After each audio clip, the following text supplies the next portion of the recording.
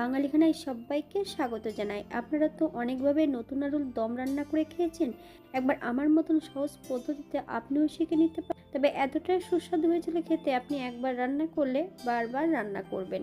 তবে আমি আজকে এখানে কিভাবে নতুন আলুর দম রান্না করলাম, চলুন সেটা একবার দেখে নেওয়া যাক ভিডিওর মাধ্যমে। সরস্বতী পুজোর সময় আপনারা এইভাবে রান্না করতে পারেন। আজকে আমি এখানে কিন্তু পেঁয়াজ রসুন সহ রান্না করব।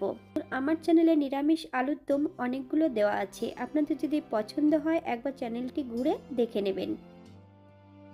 আজকে আমি এখানে বেশ কিছুটা আলু নিয়ে নিয়েছি, আলুগুলোকে কেটে পরিষ্কার করে নিয়েছি। আলুর দম করার জন্য আমি কিন্তু আলুগুলোর খোসাটা পরিষ্কার করে নিয়েছি, সেদ্ধ করে নেব না। এই পর্যায়ে একটা কড়াইতে বেশ কিছুটা সরষের তেল অ্যাড করব। আলুগুলোকে এই পর্যায়ে আমি অ্যাড করে দেব। হাফ চামচ লবণ আর হাফ চামচ হলুদ গুঁড়ো দিয়ে আলুগুলোকে বেশ ভালো করে ভেজে নিতে হবে। তবে আপনারা আপনাদের পছন্দ মতন আলুগুলো ভেজে নিতে পারেন।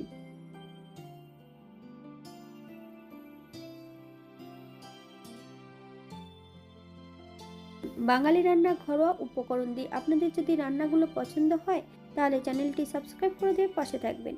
পাশে থাকা বেলটি বাজিয়ে দেবেন, নইলে নিত্য নতুন রান্নার নোটিফিকেশন পাবেন না।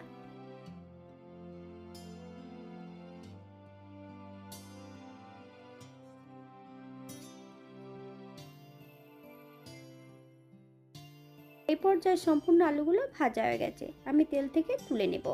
আপনারা এর থেকে কম বেশি আলুগুলো ভেজে নিতে পারেন।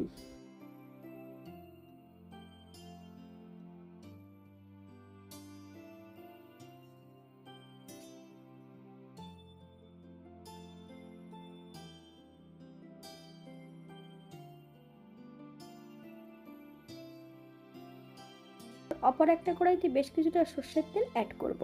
তেল গরম হওয়া পর্যন্ত অপেক্ষা করতে হবে।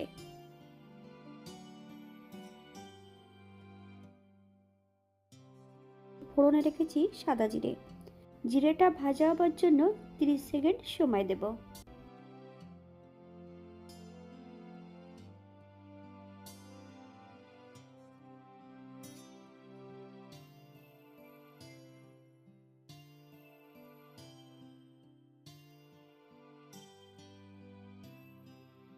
মিডিয়াম সাইজের দুটো পেঁয়াজ সরু সরু করে কেটে অ্যাড করব। হাফ চামচ লবণ, 1 চামচ রসুন বাটা। পেঁয়াজ রসুন থেকে যতক্ষণ কাঁচা গন্ধ বেরোবে ততক্ষণ বেশ পেঁয়াজ রসুনটা ভালো করে ভেজে নিতে হবে। তবে আলুর দম রান্না করার জন্য এখানে আমি আলুগুলোকে কাঁচা নিয়েছি। কাঁচা নিয়ে বেশ ভালো করে ভেজে নিয়েছি, কিন্তু আপনারা আলুর দম করার জন্য আলুগুলো সেদ্ধ করে নিতে পারেন। তবে সেদ্ধ করার থেকে এইভাবে রান্না করলে আলুর দমের স্বাদটা কিন্তু দ্বিগুণ থাকে।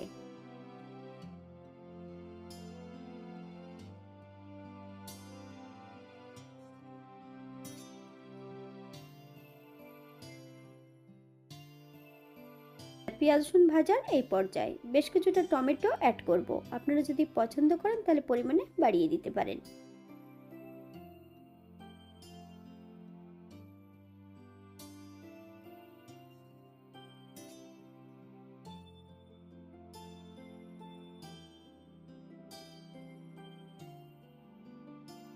আগের থেকে বেশ কিছুটা মশলা বেটে রেখেছি, আদা জিরে ধনে শুকনো লঙ্কা। এই পর্যায়ে অ্যাড করব বেশ কিছুটা টক দই। আমি টক দইটা কিন্তু আগের থেকে জল ঝরিয়ে নিয়েছি। 2 চামচ কাঁচা সর্ষের তেল। মশলাটা বেশ ভালো করে মিশিয়ে নিতে হবে।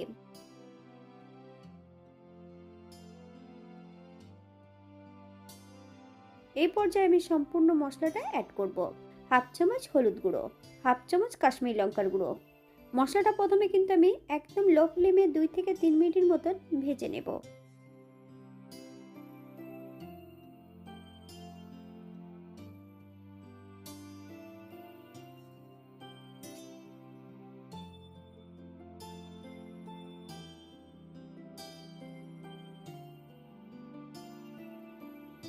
এই পর্যায়ে অ্যাড করব মশলা দেওয়া বাটি থেকে বেশ কিছুটা জল। মশলাটা বেশ ভালো করে কষিয়ে নিতে হবে, অথবা মশলা থেকে যতক্ষণ তেল না ছাড়ছে ততক্ষণ বেশ ভালো করে মশলাটা কষিয়ে নেব। এই পর্যায়ে অ্যাড করব বেশ কিছুটা কাঁচা লঙ্কা। আপনারা যদি পছন্দ করেন তাহলে পরিমাণে বাড়িয়ে দিতে পারেন।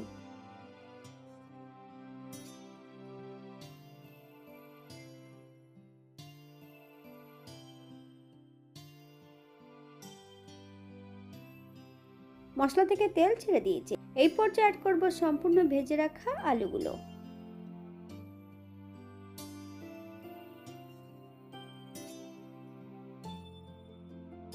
মিডিয়াম আঁচে মশলা সহ আলু দিয়ে বেশ ভালো করে কষিয়ে নিতে হবে।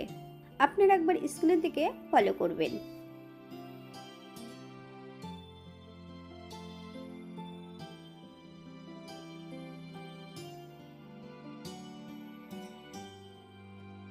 আলু ও মশলা কষানোর এই পর্যায়ে অ্যাড করব বেশ কিছুটা গরম জল। আমি এখানে কিন্তু জলের পরিমাণটা বেশি দিয়েছি। যথারীতি আমি আলুগুলো কিন্তু কাঁচা রান্না করছি। আপনারা যদি সেদ্ধ করে রান্না করেন জলটা হয়তো এর থেকে কম বেশি লাগতে পারে।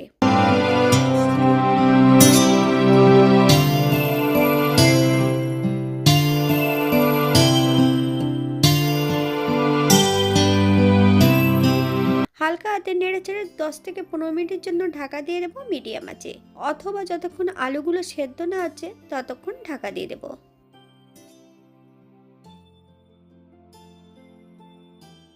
15 মিনিট পর এই পর্যায়ে একবার চেক করে নিতে হবে যে আলুগুলো সেদ্ধ হয়েছে কিনা। 1 চামচ চিনি অ্যাড করব। আপনারা যদি পছন্দ করেন তাহলে পরিমাণে বাড়িয়ে দিতে পারেন। তবে চিনি যখন অ্যাড করবেন তখন কিন্তু গ্যাসের ফ্লেমটা হাইতে রেখে আবারও আমি 2 থেকে 3 মিনিটের মতন হাই ফ্লেমে রান্না করে নেব।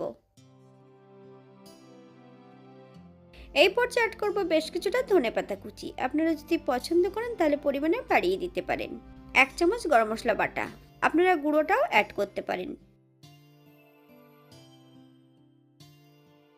গ্যাসের ফ্লেমটা অফ করে দিয়ে 5 মিনিটের জন্য স্ট্যান্ডিং টাইম দেব, তারপর সার্ভ করব।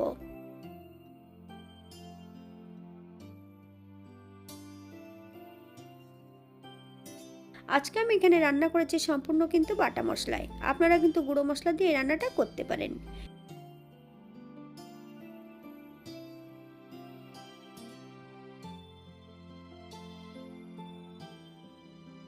যেমন ভারী সুন্দর হয়েছে, এটা গরম ভাতে, রুটি, পরোটা সবকিছুর সঙ্গে অসম্ভব ভালো লাগবে। আপনারা বাড়িতে একবার একই পদ্ধতিতে বানিয়ে নেবেন। যারা পেঁয়াজ রসুন খাবেন না তারা পেঁয়াজ রসুন বাদ দিয়ে রান্না করতে পারেন। যারা ঘি এবং চালমগজ পোস্ত পছন্দ করেন তারা অ্যাড করতে পারেন।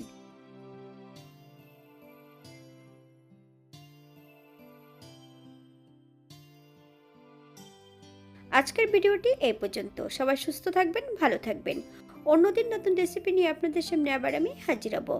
নতুন ও পুরনো সকল বন্ধুদের অসংখ্য ধন্যবাদ ভিডিওটি দেখার জন্য। হাতে যদি সময় থাকে তাহলে একটা লাইক, কমেন্ট, শেয়ার করবেন।